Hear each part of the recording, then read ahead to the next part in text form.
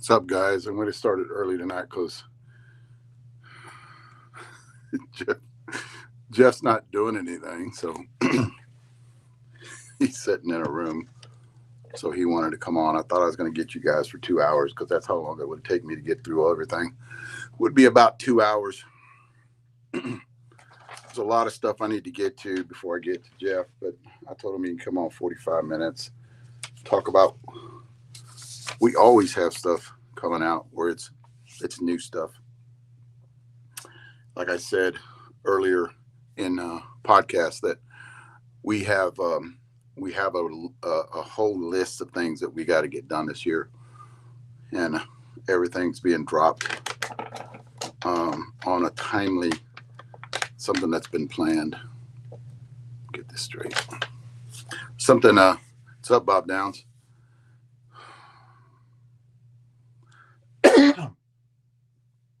On a timely manner. If I'm putting my hands up and you guys see stains, there's a reason why. I just got out from underneath a Jeep radiator. It's funny. I went up to, and I blame all this on Jeff for one reason, and I'll tell you guys in a minute. Is I went up there. I worked on my, and this is the reason that I've always done. I grew up in a not very wealthy family, and if we wanted something, we had to either fix the old one. So about 13, 14 years old, I started working on vehicles. A Buick Wildcat was my first one. Called it the lead sled. Big engine, big block engine in it. It had a blew a head. So I got underneath it, worked on it, got on top of it and worked on it. Got the head fixed, and that was my car that I actually drove to school. But I learned a valuable lesson. My grandfather was an airplane mechanic at Kelly Air Force Base, so he taught me a lot of that stuff, and it actually comes out to help out. Prime example is this, and I hope a lot of you ladies out there listen to this one because they will take advantage of the ladies that are out there. My daughter took her car because there was some squeaking going on in the front. So she took her car in there and they said need a brake job, $1,800. So she calls me up like she does every time and says, they say I need a brake job. When you come down to Vegas, can you kind of do it for me? So I said, yeah. So I went down and picked her up some brake fluid, probably around $60, I think I spent. And they want to charge her $1,800. Well, once I got into the front brakes, it wasn't, the brakes were good. Actually, I think they had about 20,000, 25,000 miles on it. So they're trying to take advantage of her.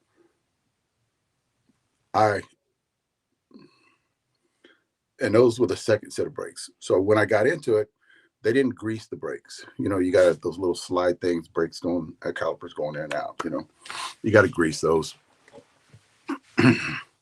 Got to clean it. And that's basically what I did. Put new brakes on since I was there and I already bought them. What's up, John? And I put new brakes on there, saved her a lot of money. But this is the way it's gotten worse now. I think after COVID, it got really bad because nobody was going to them during COVID. And it's got really bad. Alternator, that happened there.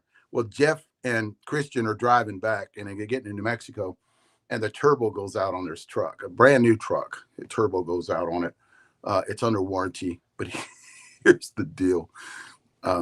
Again, Jeff, I'm going to say this again, Jeff had jinxed Vegas and said it never rains in Vegas. On our first podcast, it never rains at Vegas.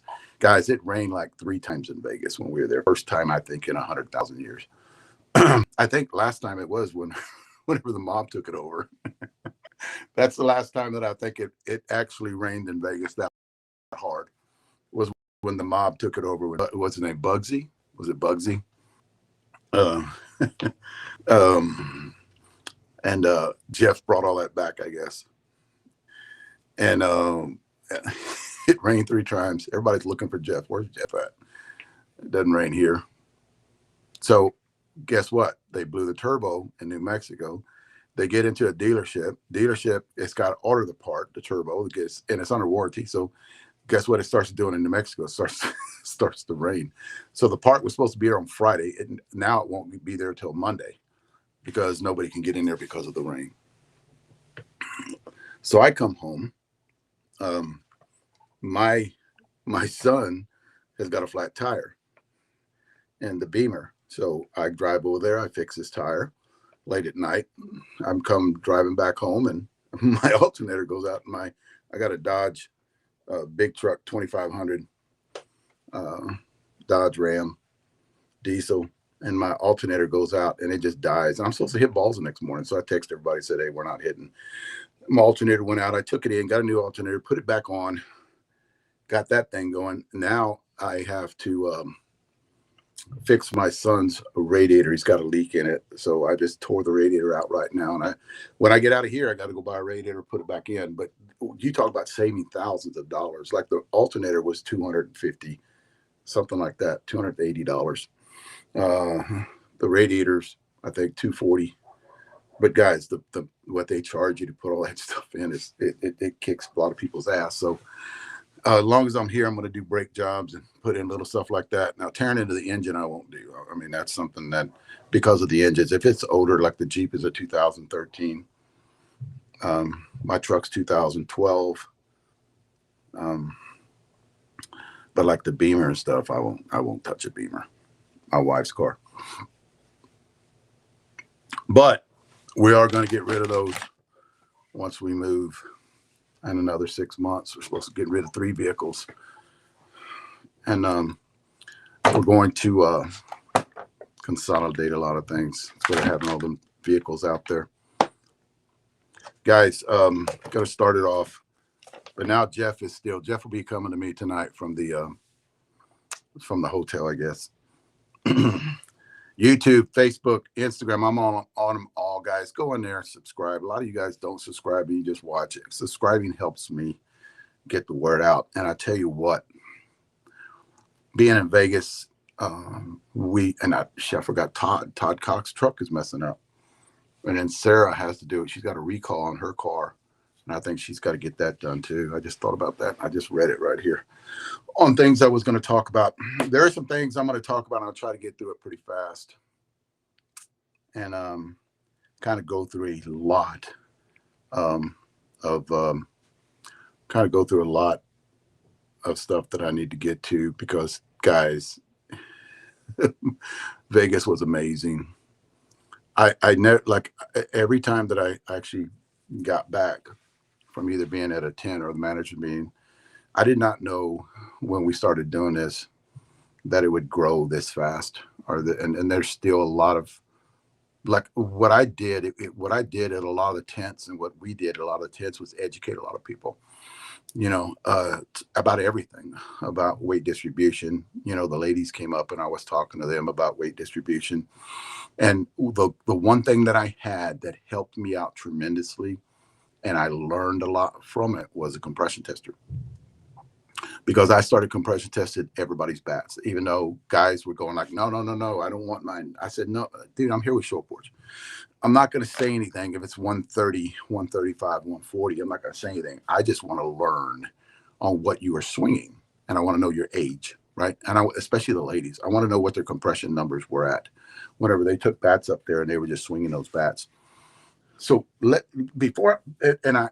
talked to I talked to a couple of people the other day, and talked to me. I have to go through things, because I don't tell everybody what I've done, or what kind of level I competed at, or what kind of awards I've won, or anything like that. I'm not that guy. So it's hard for me to talk about, I pitched for 30 something years, U-Trip.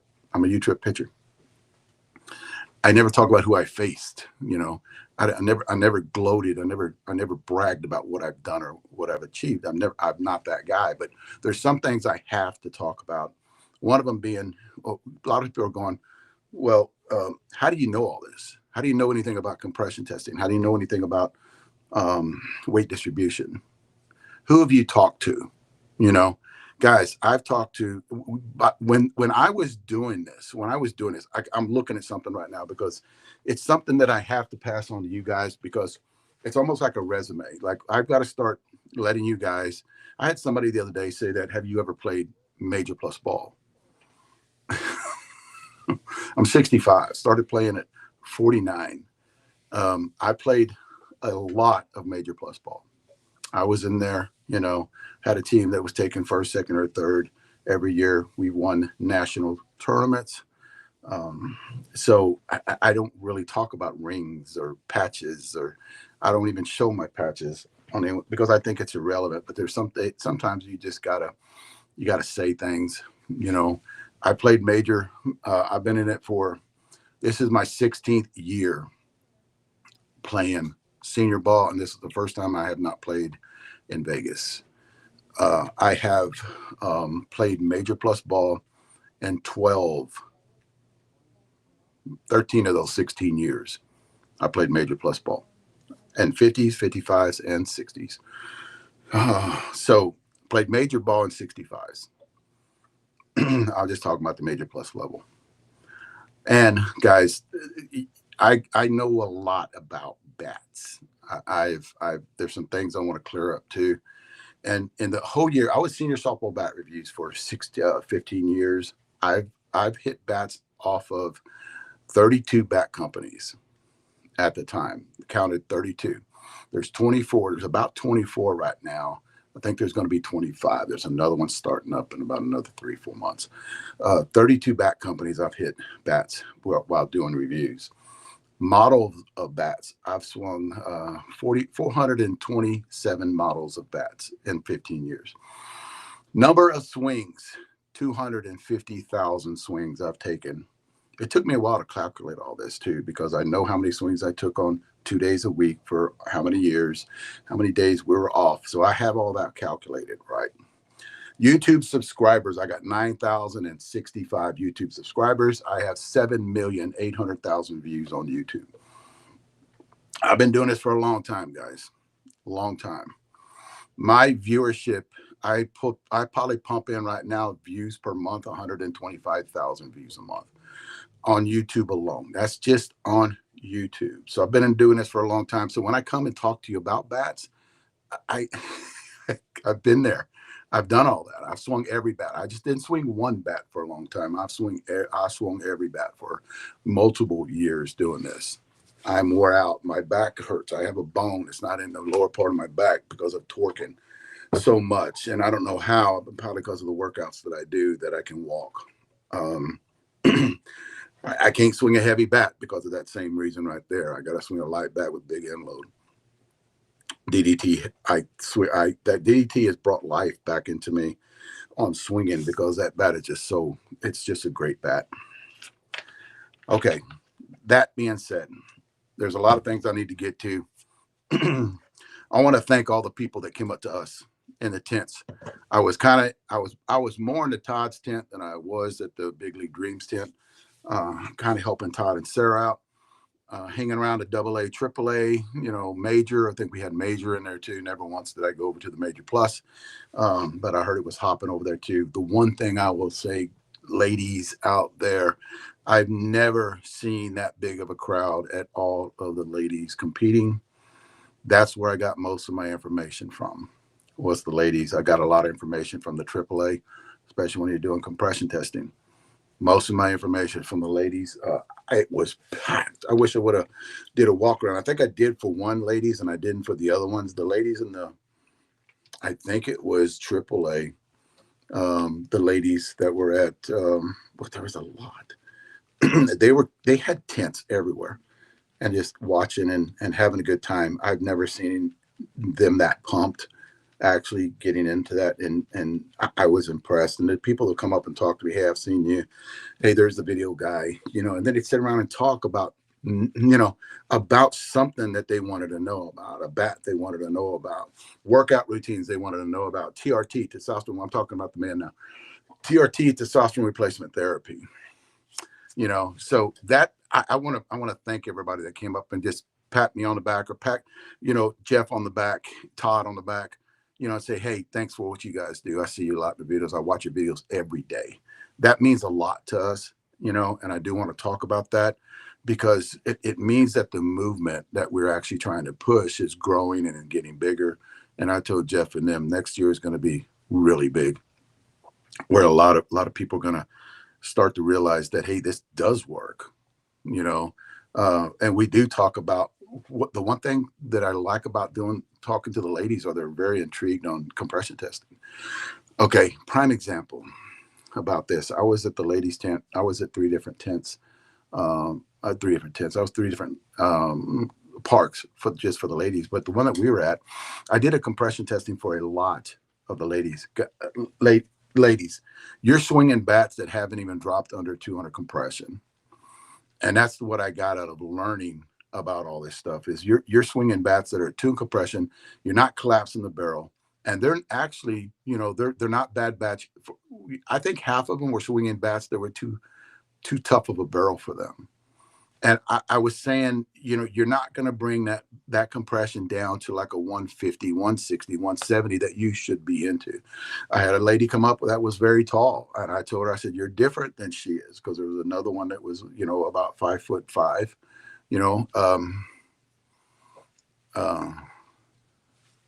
oh, okay. Jason, I'm trying to read. I was reading what Jason said. But anyway, the ladies are swinging bats that are like at a 200 compression or 195 compression.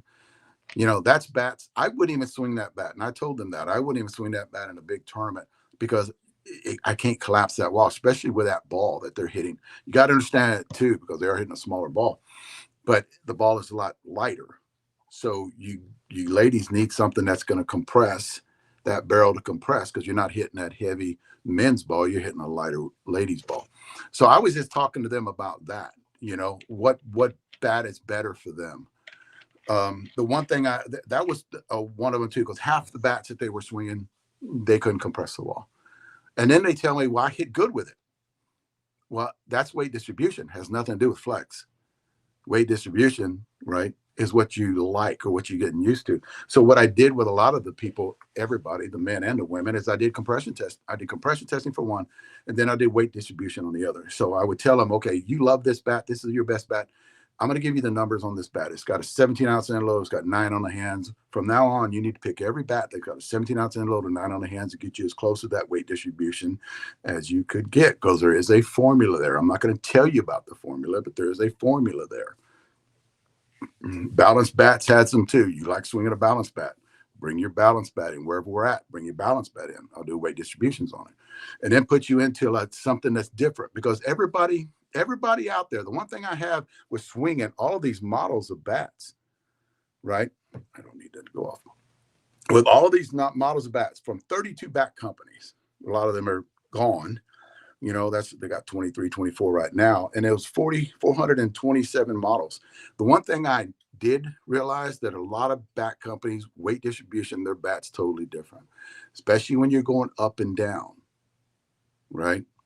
So that's another thing too. I was trying to tell a lot of people, because the only way, like a lot of people are coming up and saying, I want to show a porch bat. I've heard a lot about this bat. I'm going to pick a 27 because mine is a 27. I said, ho, what bat were you swinging? Because I can remember what weight distribution was on that bat.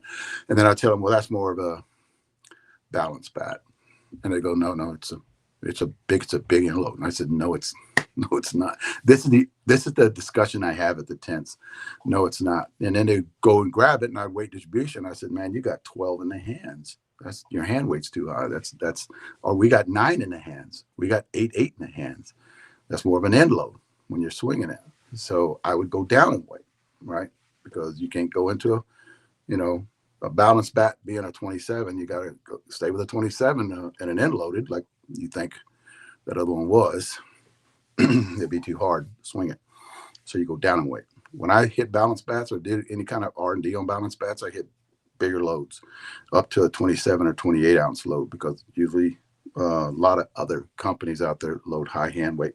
So that's what I would do in the past. But guys, know your weight distribution, know your barrel flex, what kind of compression test. And I know this is hard for you guys, but if I tell you, like they were coming by and I was checking bats, I was talking to people, I was doing compression testing on bats, because everybody wants to know what the compression was. There was somebody brought over a bat that was 220 compression, and I'm looking at him like, you're not going to be able to compress that. in the 60s, you know, a 220 compression. How long you had it? Had it 6 months. It's not even broken yet. Well, what do you want me to do? And I said, well, if you want to keep the bat, I would have all your buddies swing it until it starts to change sounds, get a little bit better performance, you know, because you may think it performs now, but wait till it gets to about a 175 or 180, a 160 with a Kevlar bat with short porch, but wait till it gets to that number. So these are the things that I am picking up whenever I go to these tournaments, and it's only going to get better next year because I am going to a lot more tournaments next year when it comes to that. Now, I'm going to talk about shaving for about 5 minutes, and that's it. The one thing I have noticed this year, I didn't see a lot of red flags with me coming to shaving. And I don't know if it has a lot to do with doing all the compression testing when they're there, doing the compression testing before. Because if you guys remember, in the manager's meeting, you can bring your bats in there and they actually set them up, and they had a big line, and you start compression testing all these bats, right? So what I saw at every place I went, I didn't hear that sound. I didn't see that ball go 450 feet. You know, I seen a lot of good bats. I seen the ball carrying, but not like it has in the past. And I think this is the first year that I've seen that with across the board with everybody, every tournament I went to, every field that I went to.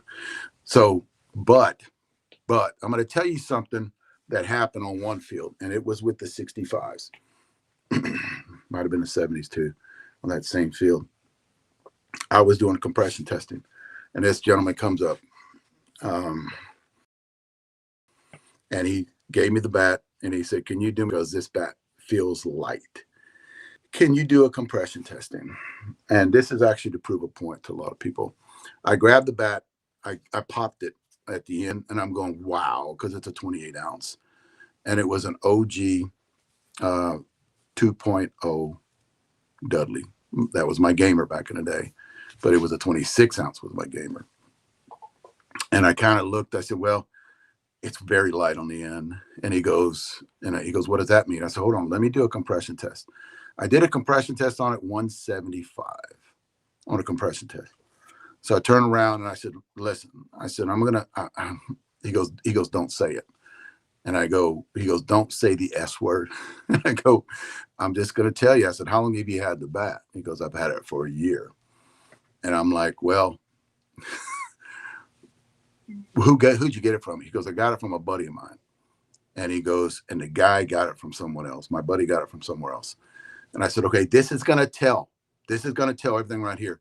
I'm going to tell you what the hand weight is on this bat. This hand weight on this bat, the hand weight, the knob weight on this bat should be a 9.495. I flipped it, did the hand weight first, 9.4. And he goes, what's the end weight should be? On a 28 ounce Dudley 2.0. End weight should be roughly around a 17.8. I flipped it around, got the end weight on it. It was a 15.5. And I looked at him and he goes, don't say it. I said, altered? He goes, they just didn't stick the wrong tag on. I said, no.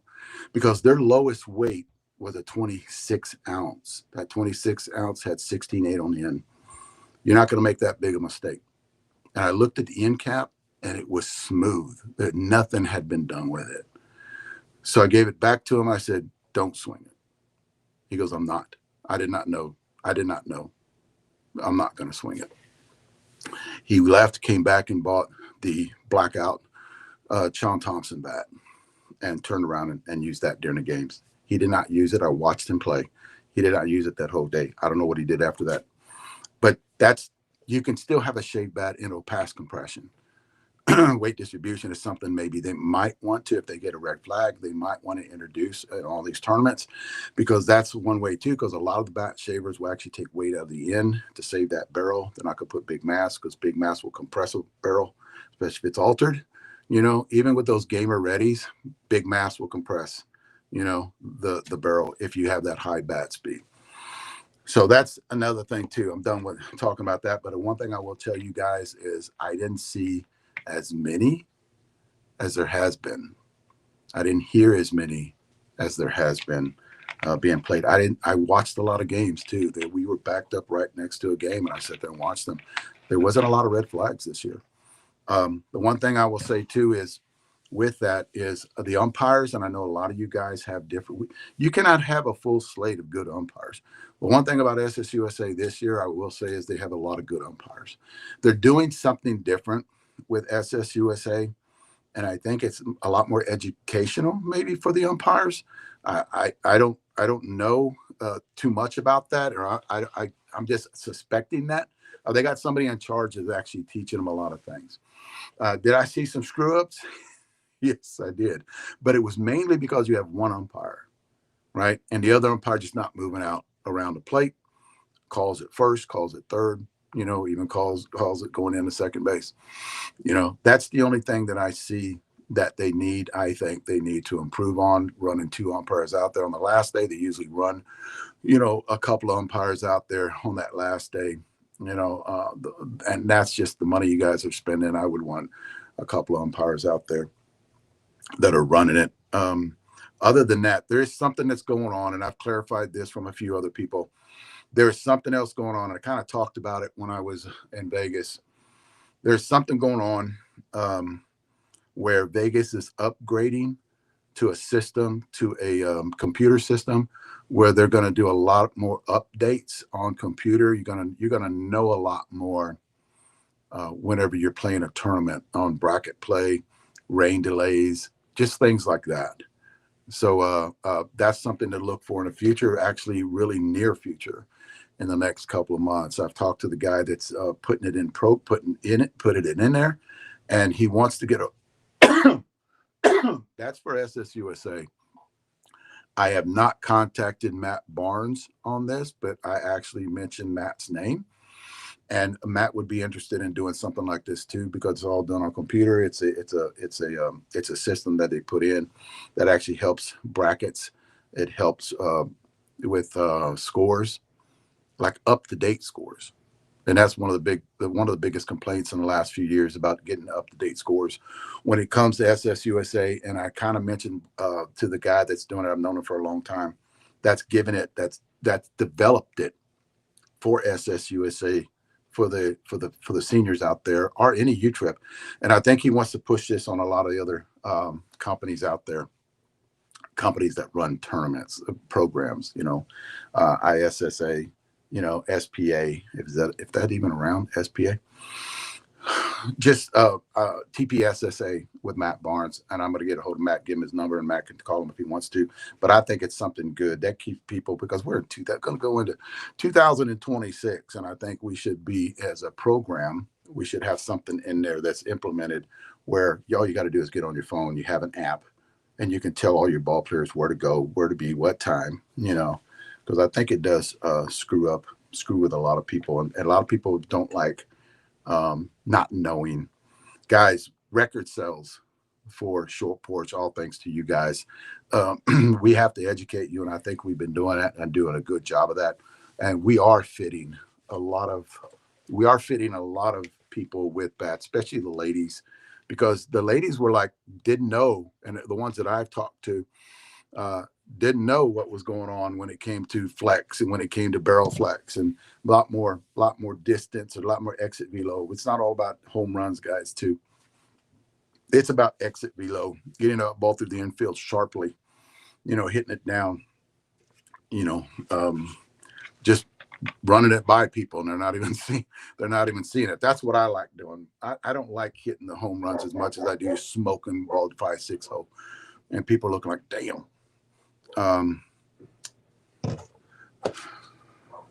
Cells. They gave us our cells for today. Every time we were there, Leslie would actually pull up the cells, and she would go through it with everybody. We're Cage and Erica back at the shop, kind of keeping everything going. What's up, Donald? Congratulations if you're new here. Gonna get educated on this channel. I'll try. Compression testing, learning new things. That's what I got out of it. I will say this, man, and I'm going to kind of go through this a little bit. I kind of talked about that. I put out some pictures. I put out some pictures and got criticized for it, mainly because they were photoshopped. They were photos what is it called? I was doing a photo shoot. So I threw something up there and it was pretend. And all of a sudden I get people start telling me I'm doing it wrong. Why are you using a plastic table? Doing a compression test on, the guy that says he knows everything, don't know anything. Let me get something straight. I never say I know everything. This is a different, I never said I know everything ever. I don't think I've ever, even when I seen yourself about reviews, never said I knew everything. What I will tell you is I'm giving you guys another path to go. You can go there and listen to me, or you can go someone else's path. I never said, follow me. I am the guy, right? Never said that. The movement is something that is different than what everybody else is trying to shove up down your throat for years. It's not one size fits all. So I changed it. We changed it. Short Porch changed it where, listen, guys, we're going to fit you like golf clubs. Never said I knew everything, but for some reason I get criticized for knowing everything. I did a compression test on a plastic table and I had the cylinder up toward the knob. And I get, you're doing it wrong. The guy that says he knows everything don't know anything. Or don't know as much as he says. Guys, I understand you're supposed to do a compression test on a hard surface, right? And I did a lot of compression testing on a plastic table when I was there because I didn't have a hard surface. But SSUSA tested bats on a plastic table. That's the reason I did it there, because I wanted to get as close as I could to what they were going to do the test on. So I had the same plastic table they had, and they did all the compression testing on plastic tables there. That was the reason I didn't think it was no big of a deal. I know what you're supposed to do it at. So you know what I did, right? So after that was talked to me about, I don't know anything, I went down and get the compression testing on everything that day, and I wind up with the same compression. Well, the bat that was at 200, it was my personal bat, 200. I went on the concrete, I went on the granite, I went on the steel. Every one of them were the same as on the plastic table. Now, I didn't put anything out there on it, but that's just something. But I think if you're going to test people's bats there, you got to do it the same way they test them at SSUSA, which is on a plastic table. That's it. Oh, I got that one done. All right. Leaving Vegas. Leaving Vegas. You see this here? You see what this is, guys? You see what this is? You should take one of these before you go to Vegas. This is a smaller one, but it's the same thing. Hydration, right? Once you leave the Vegas, when you get back from Vegas, you need to take one of those. Very effective. And hell, if you're playing a lot in Vegas, you're an outfielder, find somebody that has it there. IV drips, right there. You see them. I have a few here at the house. Yeah, and yes, I do it. I just dropped that all the way out there. Another thing, too, when you're leaving a big tournament, I know you guys got a bunch of big tournaments coming up in the next few months. You got a bunch of big tournaments coming up in the next few months. I think I know of two. There's one in Houston, USSSA Worlds in Houston. I'm going to try to make it. I don't think Jeff might be there, might not be there, depending on when he gets back. He said they start driving next Monday.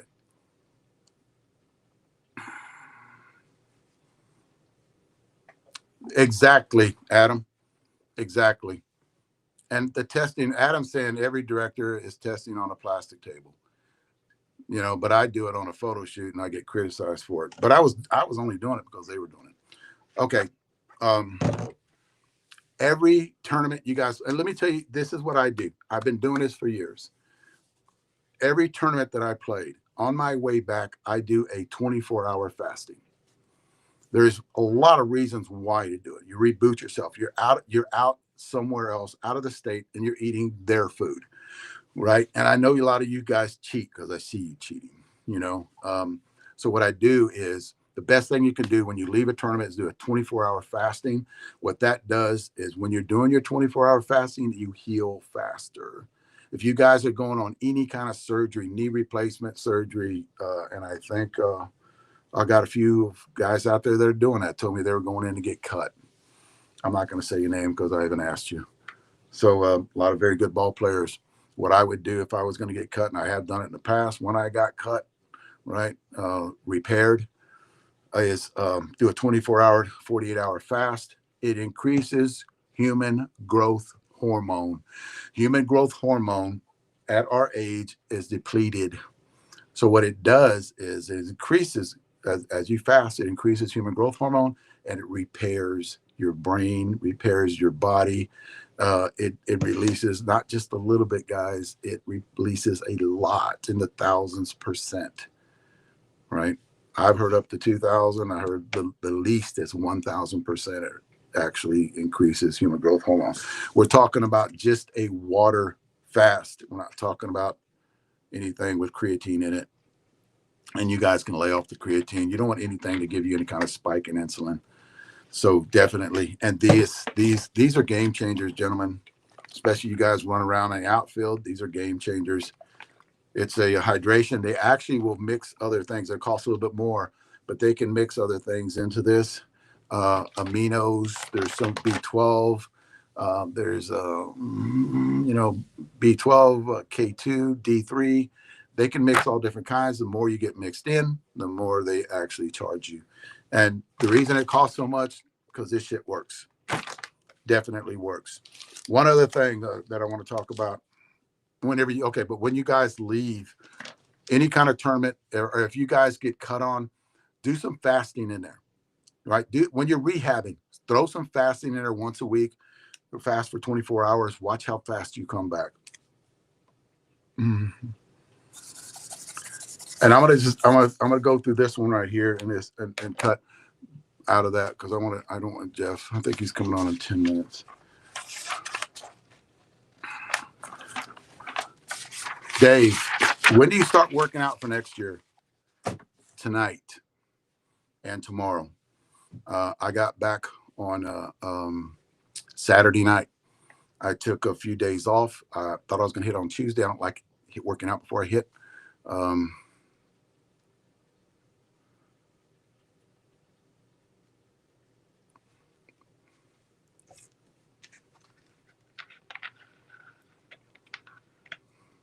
Who told you?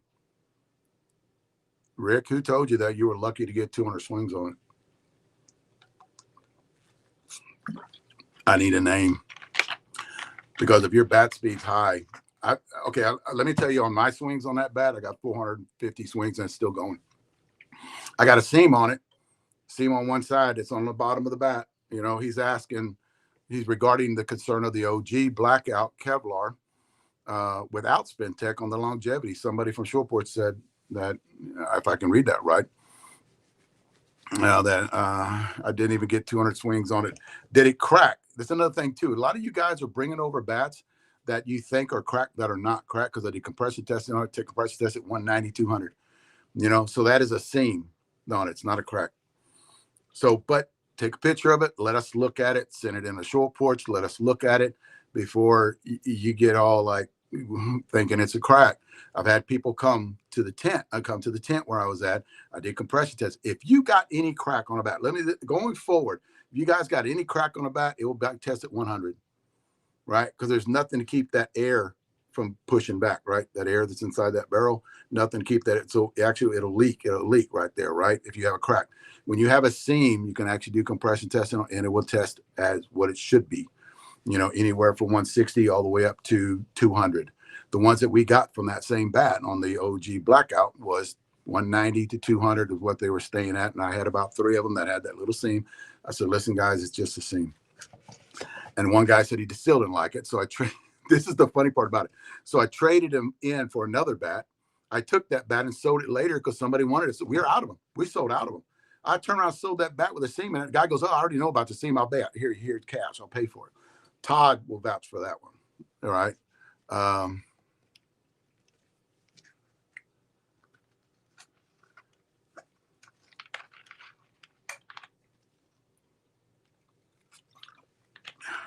What's your bat speed, Rick?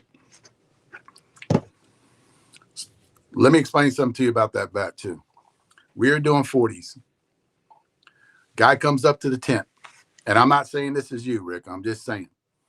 Guy comes up to the tent. We have 5 left OG Blackouts, Sean Thompson bats. And let's come right into talking about the next one. So they're sitting there, and he looks at it and he goes, I heard these bats were really good. And I look at him, I go, not for you. And he goes, why not? I said, it's instant gratification. You're going to pull it out of the wrapper. You're going to hit in this tournament, and you're probably going to carry it for about 3 or 4 more tournaments if you get that. He's a 40-year-old guy. I said, that bat was not made for you. You know, that bat's made for the 55, 65, 70-year-old guys that have that low bat speed. We build bats for everybody. I said, I would not pick that bat up and give it to you. As a matter of fact, there's a bat right over here that I would actually want you to swing. That is, it's a 12-inch barrel too. It has spin tech on it. Anytime you get spin tech onto a bat, it actually helps with the longevity of a bat if you have that higher bat speed. And with the don't have that higher bat speed, it just takes a little bit longer to get there. So basically, I tried talking this guy out of those bats. And he goes, okay, if I buy this bat now, I can swing in a tournament. I said, your bat speed, 40-year-old? Hell yes. You'll take it out there and have the best 4 tournaments of your life. Tournaments, guys. Best 4 tournaments of your life. Right? And you're going to be killing. Everybody's going to look at you because the exit velo is going to be through the roof. Right? And then that bat either might crack on you or it's going to lose compression. And he goes, I want 2 of them. $400. Boom. And walked away with them. Turn around and text me later on and says, that bat is ungodly. And I go, exactly, just baby them, right? What we're looking at as society nowadays is instant gratification. Everybody that we sell things to do not want to take time to break it in. So what Jeff started doing was Jeff and Leslie started doing, they started building bats toward that instant gratification. That way you can choose to go that way. Well, what the instant gratification does to a lot of the older seniors out there, they can pick that bat up and they can hit it and it's going to get down to what they desire and the performance is going to be there. The compression testing I've done for the last 3 weeks proved that a lot of the older guys are swinging too hard of a bat and they can't break them down with other bat companies because they wanted to know what the compression was. And I say, look at them. I go, what's your bat speed? If you're taller, it's totally blown out the window. If I'm looking at you, you're taller because you're using leverage. So now leverage is introduced. I can't talk to a 6'4" guy the way I talk to a 5'4" guy. So these are little things that people learn, right? But what we turned into is a society that just wants that instant gratification. They want that 300 cuts. They want those 200 cuts, you know, go of 4 tournaments or 5 tournaments. Because if you think about it, if you actually swing in games next year, you're probably going to play 10 tournaments next year. That's 2 bats. 3 bats, maybe. That's what I go through a year is 3 bats, you know, and I always have the 3 bats. Exactly, Rick. Let us take a look at it, though, Rick. I'm not saying it's a lost cause. I'd like to take a look at it. So send me pictures of it, and we'll work something out. But that it's a good educational part where we are in the deck. We are in the tent. We're talking to people, and Todd's talking to people. Jeff is like, no, don't get that one. You'll love it. You know, the DDT, even with the DDT OG, guys we sold out so fast with that DDT OG. Because guys would just want to pick them up. The 40s, the 50s came by. You know, they just wanted them. And because they wanted that for one, that swing that feels different. They wanted that consistency that's in that barrel and that swing, that DDT OG. And they wanted that performance from the OG barrel onto that DDT frame, that DDT barrel. And taking it from that one piece, putting it on a DDT. But a lot of people, this is where we're going. It's not like it used to be years ago. People want that instant gratification. You got that higher bat speed. You're going to go through a lot more bats than, let's say, me at 65 would do. You know, that's just the nature of the beast, I would call it, because a lot of people. All right, brother. He just said he's going to get back to us. Have to take a look at it because I really would like to know: is it a crack or is it a seam? Usually, you could do a crack if the seam goes all the way around. And plus, I would do compression testing on it. That's a real 100%. You can tell by compression testing. But that's what we've turned into when I talk about instant gratification. A lot of people. That's what we're moving to. We sold a ton of OG DDTs We sold a ton. We sold a ton of the Blackouts, the Sean Thompsons during the 40s. We had more 40s this year than we've ever had. I used to not be in contact. I talked to Todd about this today. I used to not be in contact, in sync with the 40s, because a lot of them didn't know who I was. They didn't know anything about senior softball bat reviews. That's how come I talked about what I've done, right? But a lot of people watching tonight are in their 40s. You know, I looked at the analytics, but what we've got a big increase in the last year is the 40 market. The 40 market, and we explained to the 40 market, you know, we build bats for everybody. We build bats for you too. But what you're not wanting, because we look at sales, what you're not wanting is you're not wanting those ones. You want instant gratification. You want hot right out of the wrapper, and hotter than what you takes you 200, 300 swings to get there is what you want. You don't, again, I'm not faulting you for it, but you don't want to put in the time to get that bat there. I understand that. That's across the board. A lot of the older guys don't want to put in that time either. Or can they compress that wall to get it broke in? That's the one thing I saw too when doing compression testing. The ladies can't break it in. You ladies are swinging bats. You shouldn't even be in your hands. I talked to a young lady the other day about, she told me what bat she was swinging. I said, I never would put you in that bat. That bat will never get down to a 180 compression. Never. It'll crack before it gets there, and you're not going to crack it. So it's not trampoline effect. Doesn't have no trampoline effect. The men too, the older guys that are in their 80. One guy was 78 years old, walks up there and his compression test at 200, and he had to bat over 2 years. That's what we're seeing. That's a disservice. That's a disservice to those guys, you know, because they don't know. I mean, now they're knowing because they're watching all this.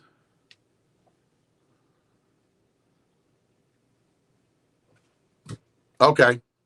Thanks, Robin. Or Ronald. I had to look at that twice because I had both names on there. I didn't know which one, so I got to say them both. But the instant gratification is something that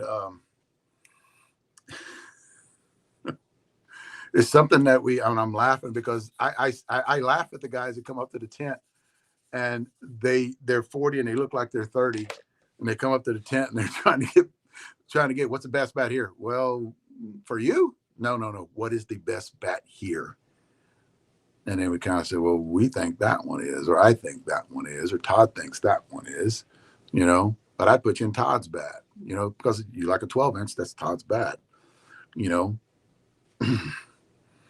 That 1 or 12, what's the best 13-inch bat? Well, that one right over there. You got the Bob, got a big end load on it, you know. So that's basically what we do, and basically tell them, you know, but they got spin tech on them too. I'm gonna say this before Jeff comes on. I got a minute. There was something on the internet the other day about the difference between a 400-foot home run and a 305-foot home run, or a 301-foot home run, or a 400-foot home run. They're both a home run. I disagree with that. I think everybody watching tonight, not counting the ladies, but everybody watching tonight should train to hit a 400-foot home run. Everybody watching tonight, when you train to hit a 400-foot home run. If you train to hit a 400-foot home run and you hit it down, because to hit a 400-foot home run, you got to hit it down, right? You got to do a little bit of cut on it. But everybody here, I don't agree with the 400 or 301 is still a home run, okay? That is true up to a point that comes into play. I have always trained to hit a 400-foot home run, always. Why? Because I don't have to worry about the balls that are being in the tournament, and I never have worried about what kind of balls, because I can cut and I can hit. If I'm trained to hit a 400-foot home run, I'm going to hit a shitty ball about 320, 330 feet. That's one. Two is weather. You're not always sitting on a field with the wind's blowing out. It's either coming in or coming in from right, coming in from left. So that's the reason you train to hit those 400-foot home runs. That way you at least get 320, 330 out of it. So you're not changing your swing, which I don't have a problem with changing my swing, but a lot of people do. So I don't really agree with what they're saying. I do to a point, you know, but it still counts when it goes over 301, you know, as a home run. But you gotta train for the elements. You got to train for the balls being shitty, you know, which is a lot of tournaments out there that aren't hitting our balls. It's a little plug right there, that are shitty, have shitty balls. And the weather, how hard is the wind blowing? So if you can hit that ball down into the wind and cut it, you know, the ball's going to go pretty far. So I always train to hit a 400 foot. And plus, it helps you with explosiveness. That's another thing too. If you train to hit the ball far, don't train to hit the ball 305. Train to hit the ball far. If you guys are older, train to hit the ball 305, 310, 315, 340 in that area. That way, if the wind blows, you use the shitty ball, you'll still get it over the fence. So that was my 2 cents when somebody was talking about that. I'm going to give you guys some compression numbers here that you really need to write down or really need to put out there for everybody. If you have that higher bat speed, we go by 3 different bat speeds. If you got that higher bat speed, your compression needs to be around 180 or 200. If you have that middle bat speed, 160 to 180, and that middle bat speed, and you guys can go look on the chart, see what you got. It all goes by how fast you swing it, what your exit velo number is too. I can actually tell you all that stuff. And then the ladies out there, anywhere from 140 to 160 compression on all of your bats. That way you get a trampoline effect. And I don't care what bat you're swinging. I would suggest it to be a short porch because our Kevlar is amazing. But ladies out there, 140 to 160 on the bats that you are swinging, you get a better trampoline effect. And if you can't, I'm not saying buy a short porch. I'm telling you, if you have a bat that testing at 200, if I tested your bat and I told you bat tested 200, give it to a gentleman to swing. Have him swing it a little bit, loosen it up for you, and then go back at it again. Look at the change in the barrel flex. That one too. There's something else I wanted to talk about before Jeff came on. Guys, I am moving to Florida. I know you guys have heard that. I am moving to Florida, and it'll be in January, February. I want to get up there for Worlds next year. I think that's the end of January, beginning of February. January, February, I want to try to get up there. Definitely. Dennis, I forgot that, dude. And I just saw that. When you miss hit a ball, when you train for 400, when you miss hit a ball, it's still going to go out. But if you just train to hit 305 or it goes 305, you tend to hit them a lot further if you train for that 400 and you miss hit it 100%. But I did. That's one of them I forgot, and I should have known that. We're moving to Savannah, Georgia. Another few months. I've got guiding that starts next month. Now I'll be there a few days, and then we have the one thing I do want to do, and I talked to Todd Cox and Jeff about this last week, is I want to start doing hitting clinics, and I've always wanted to start doing this. But what better opportunity to do it on the Florida coast? I have a bunch of contacts with a bunch of people. I've talked to Ken Vanbegart the other day. He always checks in every once in a while. And I want to start doing hitting clinics, bat demos, and going up all the way up and down the East Coast and start doing that. What's up, man? What's going on, man? How you doing? I'm doing good. How are, the question is, how are you doing, and has the rain stopped? The rain has stopped, so hopefully we can get a turbocharger here in New Mexico, man.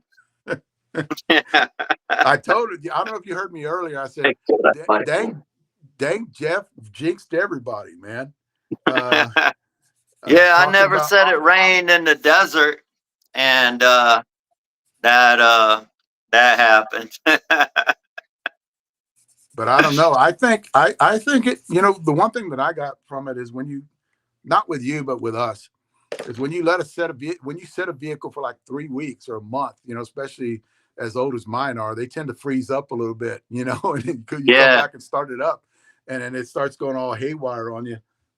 But that's what I think that I see. I don't know. Your turbo that's a freak kind of thing because you only had 50,000 miles on the vehicle, and then your turbo. It's not like you're pulling a big You're not pulling a big trailer. No, that truck easily pulled that trailer. The turbo just went out. It was on 40 East in New Mexico, and we had to get it towed 2 hours to this town we're in now and overnight the part. Then we had a flood, and we're waiting. Hopefully the part shows up tomorrow, and at some point they can get it up and running. It was just one of them fluke things.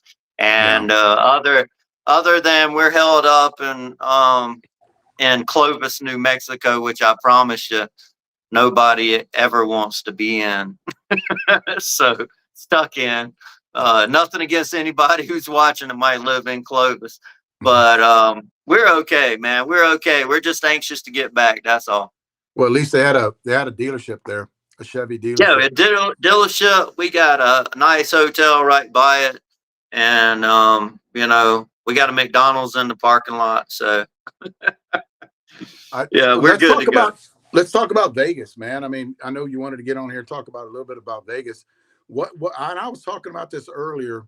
I couldn't help myself, but I was talking about this earlier about the people in Vegas that want to learn. The people that came by the tent was saying, "Hey, thanks for everything you guys do." I know me and you were talking together, and people Yeah, just coming by. Hey, we've seen you guys on Facebook. When you do the little shorts, yeah, because I think the shorts are and taking off. TikTok a lot with the 40s guys. They were all coming by saying they seen us on TikTok, which is your TikTok. I know Yeah, Cage has one too, but the one they're seeing me and you on is yours. I don't do anything with the short porch TikTok. Erica and Cage, Leslie does. Um, Everybody has access to our Facebook page. People say, I see you posting on Facebook. And I'm like, man, everybody has access to the short porch page.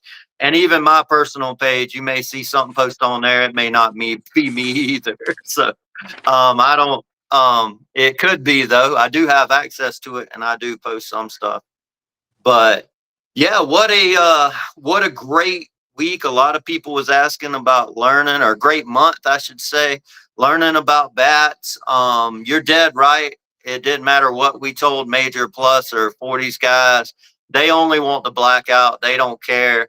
And yeah, hitting 7-ounce balls like some of the ball companies we found out is you're hitting the hottest bat in the world with really heavy balls compared to short porch balls.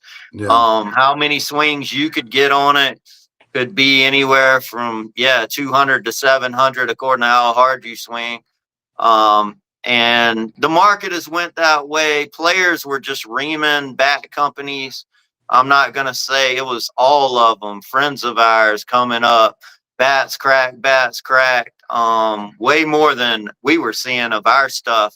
yeah. But our friends that owned other bat companies were really catching hell out there, because everybody thought they could run up and show that their bat was busted to all the bat companies. We had 3 or 4 to be honest, but I know one other company said he had like 15, and I felt bad for him. Well, People just, we got the losing yeah, compression one is we got that with a lot of the yeah, bat companies too. Like they come to us and buy yeah. bats from us because they bring these other 2 bats that lost Yeah, compression they over were to another company. bringing their other bats to us and buying our bats. And I think that does come right back to how the market has went. Or people just want the hottest bat out there. It doesn't matter what we tell them, you know. Yeah, I The hot bats sell. Todd Cox told me that a long time ago when I first got into business. He said there's hot bats and then there's durable bats, and everybody is going to get the hottest bat they can get their hands on. yeah, That is the market. And when we talk to players, it's the blackout. They said the blackout's the hottest bat on the market. We want it. And after we ran out of the 400 Sean Thompson bats that we had on hand, they were mad. They were looking for them. They were looking for the blackouts. So we have a bunch. We have a wide array of blackout bats in manufacturing right now, almost done. So they're all coming. And that's what people told us. They flat out told us 40 guys, 39, 40, didn't matter how young. They said, hey, man, we want to grab the hottest thing we can get our hands on. That is the blackout. We understand. And the 40 guys never once went up to anybody and said anything about them busting a bat, because they know they just want to get the hottest bat and they just keep buying them. That's what they were telling us. And hey, man, if you want to hit the hottest bat, buy the blackout. That's but what we can tell you. I know you've been there, but all the people that actually are got a DDTOG that had messaged me and said I won all tournament, and this is what I was swinging, and like Yeah. And this they is swung those why, bats in that tournament. Like I told yeah, them, we and they told them come up not and to. yeah, I told them not to swing in a tournament. They took it a tournament and won the tournament Out and then the got rep. MVP. Yeah, Yeah. we'll have a Out wrapper the because rep. that's what you can do with those blackouts. You can pull them out of That's a what wrapper you and can just go do. swing So them. Yeah, so many people even bought them from us at the tents. They went out there and had just incredible tournaments and came back, and all their team were buying them. And the blackout bats are just so incredible, and what they can do and help you on the field for doesn't matter. I mean, guys on my Major Plus team swing them. You've seen them swinging them, and it has changed their game. The blackout has changed their game. And again, according to how hard you swing, it could go 700, 800. I've seen guys with blackouts that didn't even drop compression and they've been swinging them all year that were 70-year-olds. So they were still like they were brand new and all scuffed up. It was crazy.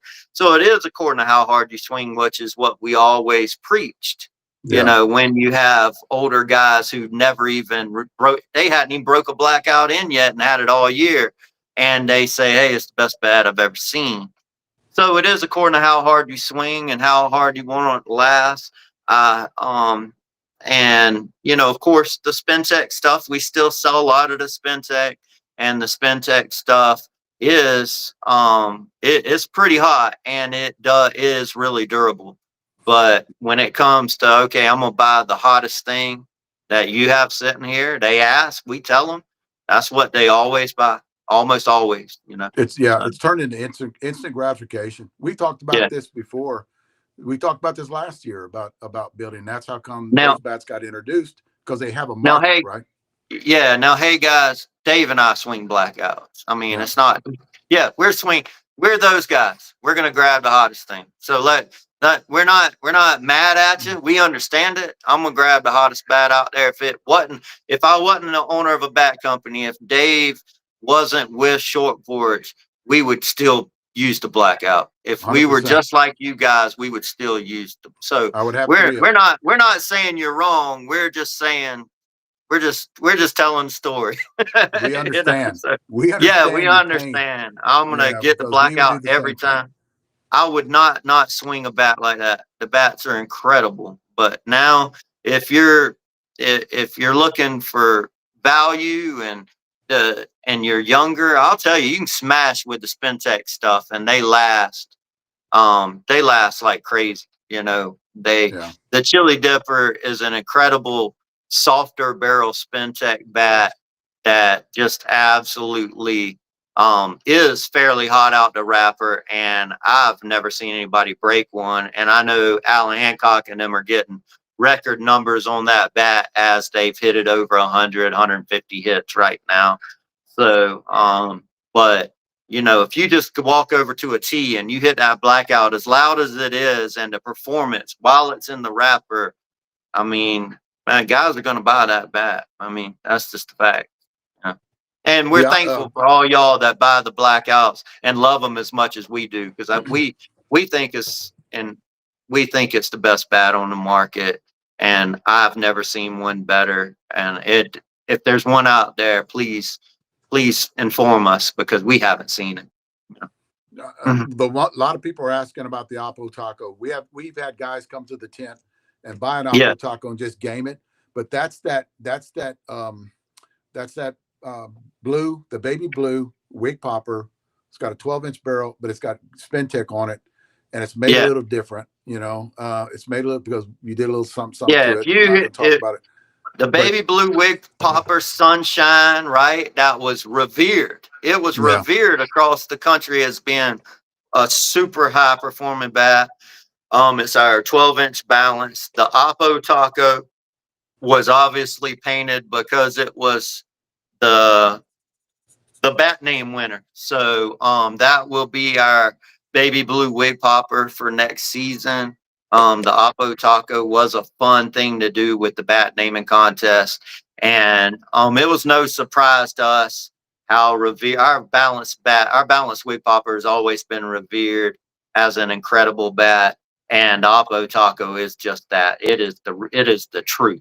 yeah, So if you like a balanced bat, the wig popper the balanced wig popper is still the way to go, and it does have SpinTech on it. And you know that with balanced bats, they just tend to last longer too. So yeah, it has a lot of good things about that bat: hot, last, a lot of good things about it. And the Chili Dipper is like a 1/4 ounce end low compared to that bat. So a Yeah, it Chili really Dipper has is. a It's a little very bit of light hand weight, 1/2 ounce. Yeah, inlay more with the hand weight. consistency. Yeah, more consistency, soft barrel, breaks in really fast. Nothing out the wrapper like the blackout, breaks in super fast. I would say, according to how hard you swing, 20 to 40 swings, you get the ting out the barrel and it is ready to go. People are I've seen some new personal records from the Chili Dipper from after 100 swings from some of our short porch people. Yes. 100%. Okay. Somebody asked this in there, and I already talked to you about it. And I'm kind of asking you questions I already know about. Yeah. The Bayou bat, Brandon Murray. Yes. The Brandon Murray bat is in production. The blackouts are in production. They the Blackout X Spin-Tech is in production. We were telling everybody about in Vegas. The Blackout Spin-Tech was another super popular bat that did hold up really well and is super hot in the wrapper, much like the Chili Dipper.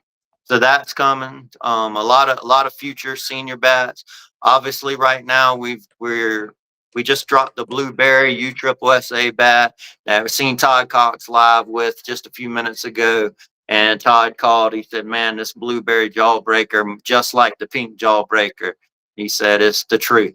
And so that's been a lot of fun. The Jawbreaker series, and how about that Blueberry Jawbreaker USSSA bat? That bat looks good as hell, doesn't it, Leslie? That bat looks nice. Yeah. From what the videos I saw, I haven't hit it yet, but what the videos I Yeah. saw, and a matter of fact, the one's being shipped to me to actually hit, and we're going to go through it Oh, too good. because it's Good. got a 12-inch barrel, and that's what I like about it. And then you got the Air Force bat. We might be getting ready to sell out of those bats, aren't we? That Air Force bat took off. Yeah, the Air Force bats. So they were made for Military Worlds. It was a limited edition, small run. Half of those went to Headbangers for Military Worlds as they're the exclusive setup tent for Military Worlds. Cage is going to be there selling balls, but no, Headbanger sells everything else. They have exclusive rights to that. They sponsor a lot of money to the Military Worlds, so they can do that. So we will be there selling the Mortar USSSA ball, which is a badass ball. Cage will be there at least set up the first 2-3 days, and then he may jet after that, after everybody gets in there and gets balls and stuff, because Sweet. we won't be selling the rest of the stuff. But yeah, and we have some really cool stuff coming. There's some other bats, one senior bat in particular that is going to be a big surprise launch next week that I'm gonna overnight to you Friday. So, but you know about that. Yeah, that's something. We're going to have 2 different models of those bats too, right? Yeah, two different models of those bats, and Dave and I are going to be doing a big surprise launch of a couple new bats next week that I think it's one of the coolest things we've ever done. So I'm really excited about that because it's something kind of off the wall. Sweet. So. Yeah, we this is something that's on the schedule to actually get out. So and a lot of people, unfortunately for all you fans, I know you've bought a lot of our bats, and with the OG DDT and the bats come out, but I promise you a lot of the short porch people will buy, they will reach out and want these bats next week, Okay, let me explain something to everybody too. The way we can do all these launches is we're changing little things on the bat to make it a little bit better. So you'll see next week when we talk about it. Yeah. So we're taking something that's really good and making it a little bit better. I'm not talking about leaps and bounds better because I don't know if we can do that with these bats, but we're talking about doing a little bit of a honing, a little bit of a tweaking. I don't like the word tweaking because too many people say it, but changing the structure, changing little something in the bat to make it perform a little bit better. That's what we've been doing when we got all these new releases. We really do, and will be. And it was some simple changes that Dave will be able to fill you guys in on, and y'all see what we're talking about next week. I will say one thing that finally caught on, I know me and you had talked about, but I'm hearing every day now is, man, the Spintech knobs were really smart. You guys were Oh, on to something there. We love them. That we thought that was a big move by Short Porch. Another small thing that made it better for hitters, you know. I love it. I love it. I don't put the tape on the end of it anymore.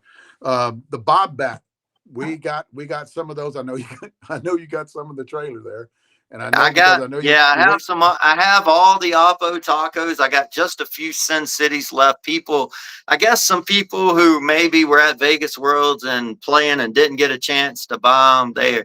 I've been getting texts all day about the Sin City. Unfortunately, they're with me here stuck in Clovis, New Mexico. But we're gonna leave soon, and we'll be shipping them out next week. So Sweet, yeah, sweet, and but I see Ernest on here. He plays on my team. The Oppo Taco is a favorite of my team right now. They are killing it. They were hitting brand new Oppo Tacos, hitting tape measure bombs. All the guys loved it. I do have some that will be in stock shipping. If I can get them online, I'll tell you what. If I can get it, I'll get Leslie to put them online tomorrow with the clause that we'll ship them Monday. How about that? And sell them to the people who are looking for them. So it's what we'll do, because sweet, they won't miss but a few days. So I'll get the bats we have here put online tomorrow. Me and Christian will put the inventory online and we'll sell them tomorrow. sweet. I brought one of So those home because I want to do some video on it because I good, didn't have a good. chance to. And then on Bob's bat, I think I brought one of those at a lighter one, the 25 ounce. I think I brought home with me because we And got too guys were much of the getting heavy one. 1,000 swings on the Bob bats. They were getting Yes. 1,000 swings. And when Yeah. guys were asking about the durable bats, they still bought the blackout. We couldn't talk them into the 1,000 swing Bob bat. Now I don't think 1,000 anybody. swing. I, Everybody talked about this damn Dudley that got 1,000 swings. That was hot. That Bob is hot as hell. Got guys on my team hitting bombs with it. Goes 1,000 swings. Nobody cares about the 1,000 swing Bob bat. It's as durable as the OG Dudley, Dave. Nobody came up and asked, "What's the most durable bat you have?" Nobody. I'm like, The y'all, whole time OG I was Dudley, there. everybody been talking about for 10 years, gets 1,000 swings. I have one right here. It's called the Bob bat. It's pretty dang hot too. And Yeah. everybody bought the blackouts too. So Yeah. don't give me that. I don't want to hear about it. I was there for a month. I told people they would get 1,000 swings at the Bob bat. Nobody wanted it. So Instant gratification. That's all they and want. Bob himself, that is 5'0", nearly batted 1,000 and accidentally hit a pitcher and sent him to the hospital. And Bob's a really small guy and plays in 55s at AA and accidentally sent a pitcher to the hospital. The bat compression tested at what, 185 there? Yeah. Yeah. He compression tested up there with us. And still nobody wanted the 1,000 swing Bob bat. What U-Trip bats we have coming? Oh, the U-Trip. Well, we have the one next week. That's going to be the big one. We're not going to talk about that quite yet. Okay. We have the aim highs dropping online Friday. I think we'll only drop it with 25 and 26 ounce. After that, we have some more fat guys coming. Fat guy BP bats. We have some more of our number one selling pink jawbreaker in manufacturing. So both of those of our number one selling U-Trip bats are coming back. Yeah. So it's we're manufacturing as fast as we can. This series that we're about to drop next week, this is just where we're at on our schedule. And let me tell you, everybody will be happy about the bats we're going to put out next week. So I know they're looking for some of these other bats, but when we drop them next week, all the USSSA and SSUSA fans will be happy about the two bats that we're going to drop next week. Good. And it's hard to you'll have to. It's hard to keep. We're used to it already, keeping our mouth shut about the new stuff that's coming. Because we just decided we're going to get through Vegas. Yeah. Yeah, this is a next week thing.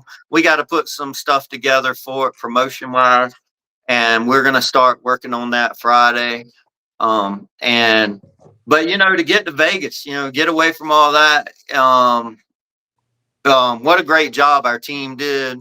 It was a tough month. Todd and Sarah obviously are troopers. They are pros at vending as good as anybody I've seen. And you went out with them firsthand and did a great job. Um, Christian running all over the place. Lord knows he had to go. He had to run all over Vegas for 3 straight years, doing a good job logistically, making sure we had everything and we were where we needed to be. From just getting just keeping Leslie sane the whole time and all the Yeah. madness. But everybody did a good job. Tammy was there, which was a big help. So I thank our whole team for doing it. My team that come in and showed up and talked to people and played really well right down to the last game. They lost a heartbreaker. So, and hit the hell out the short porch bats and an incredible lineup that just, couldn't play defense. And we're not a glove company. Our team has hitters. So turned out we couldn't catch the ball in the end and we lost by one. So, Wow. mhm. Wow. Yeah, I heard it was a heartbreaker. I wasn't there. Yeah. I left Saturday. So It was the Harris, the defense, in a lineup full of just dead red hitters, like hitters row, Dave. And we are a bat company, and that's what we stand for. But there is another part of softball, which is you play offense and defense, and we were not even a top.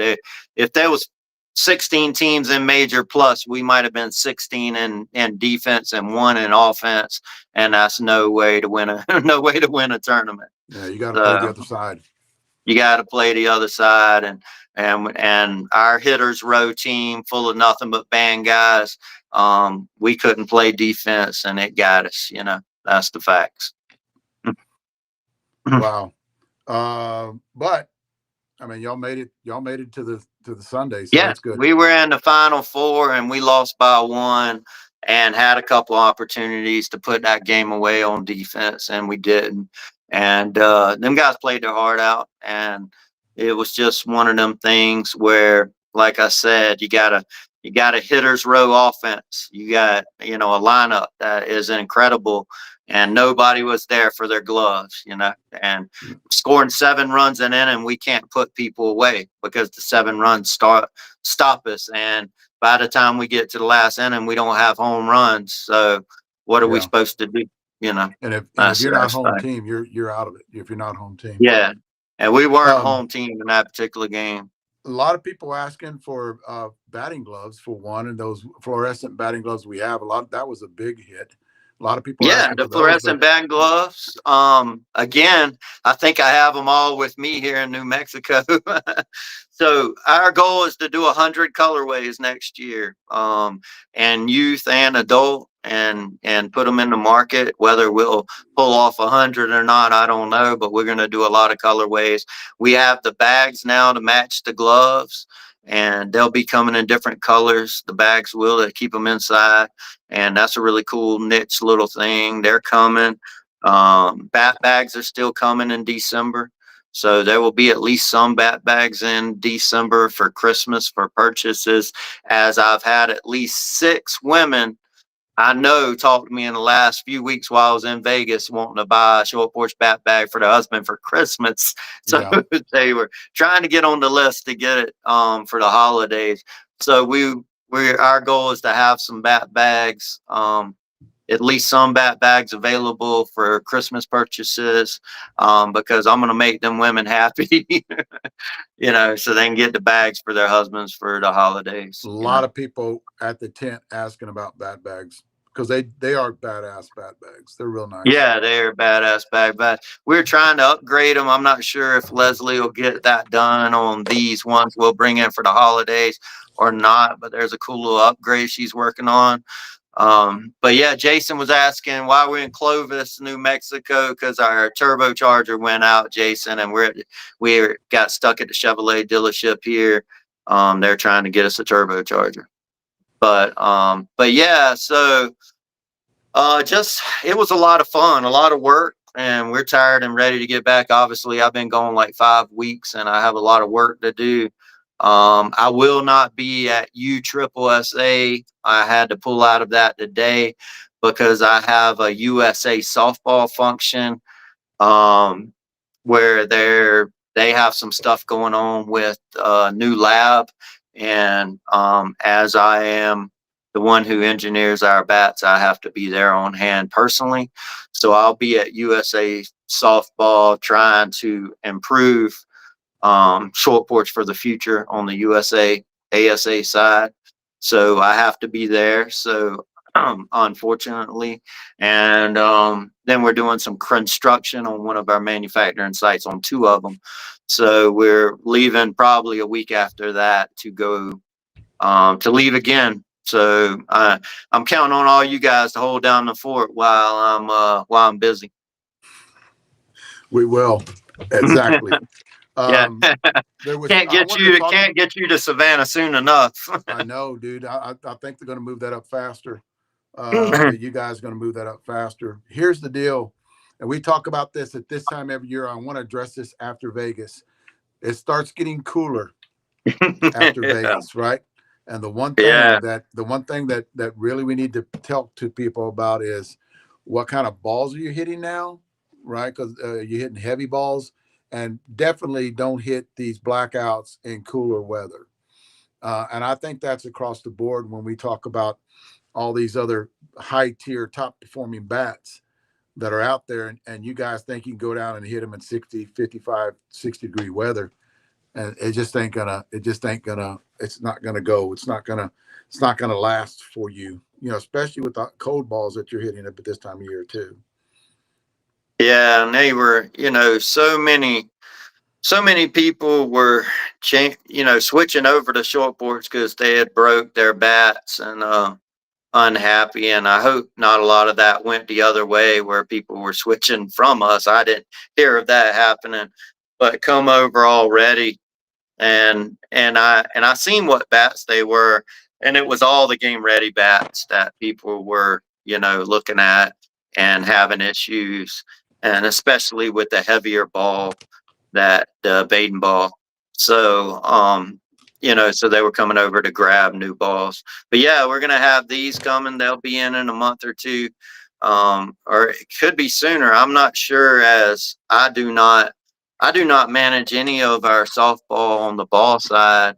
I engineered those balls. They're really good. I will be honest. I have not changed those balls in a long time because they are so good.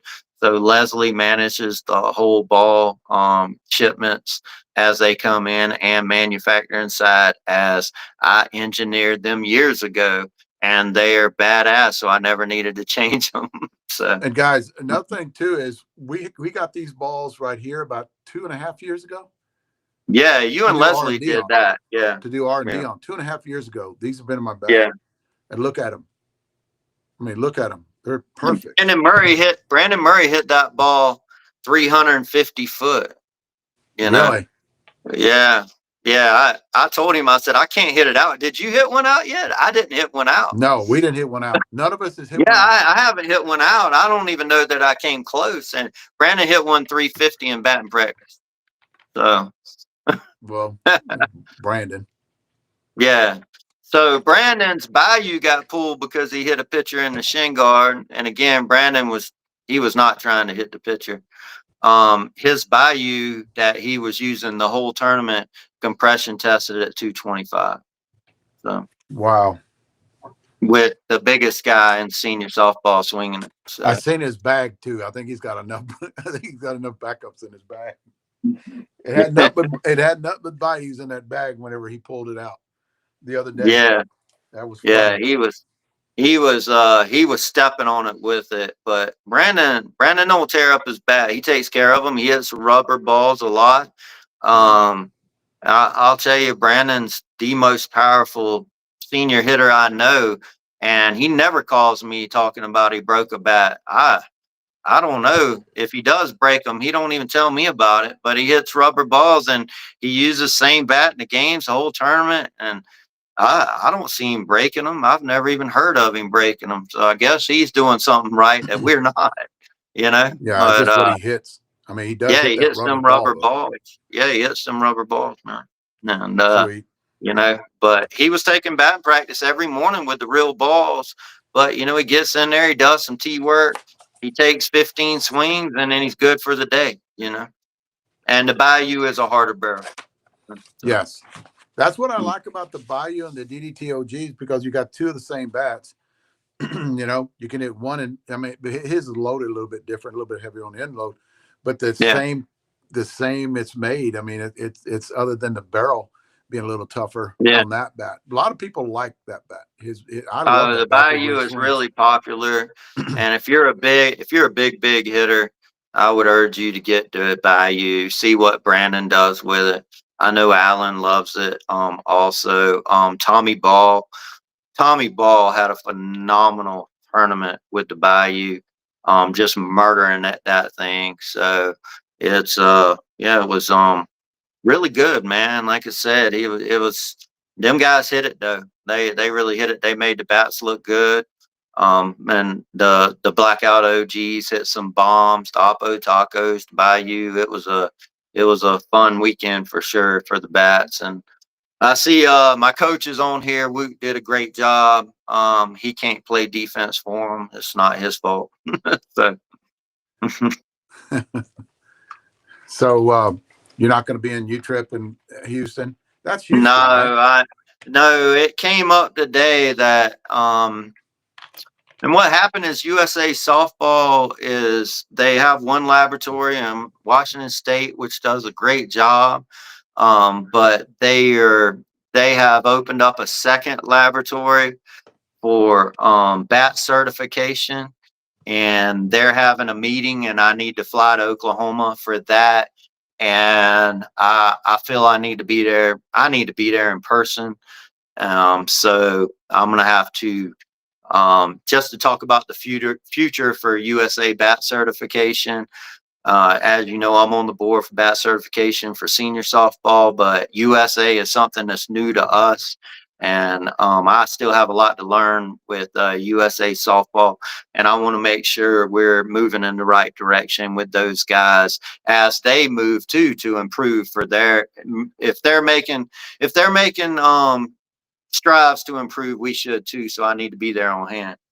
Definitely. What's on a lot of people are asking me about, since you went to ASA or USA, what we have a bat that's coming, but we're going to talk about it later. No, I'll just say we have an ASA bat about to come out. I'll wait till we get ready to promote it, what it is. Yeah. But I will say it's 2 weeks out. It's 2 weeks out. Yeah. I know you don't. So yeah, we'll just. We'll leave it there, but it is about 2 weeks out. So 2-3 weeks we'll be dropping our second ever USA bat. We have been really really working with USA. Leslie was working on that with them today, and we're gonna have that bat out in a few weeks. Good. Well, hell, Jeff, I hope you get everything straight. Yeah, man, we're fine. It just kind of sucks. You know, you know my truck. We got it a couple years ago to come, but this is the third trip with it pulling the trailer across the country. And you know, you you make 3 trips across the country with any truck, you something could happen. And it's a great truck. But unfortunately, it didn't make it back this time. So, so looking at next Monday, then, right? Yeah. Well, what I was saying is, you know, I'll be back in the office next Monday. I'm sure I'll get back over the weekend. So sweet. That sounds good. And then we got launches coming out next week. Yeah, we have the aim high bat. You can look for that 2:00 Air Force. Cage is renowned in it as the hottest USSSA bat we've ever put out for him. And I seen a lot of the kids back home absolutely killing it. Look for that one. And we had the blueberries out right now that is doing extraordinarily well.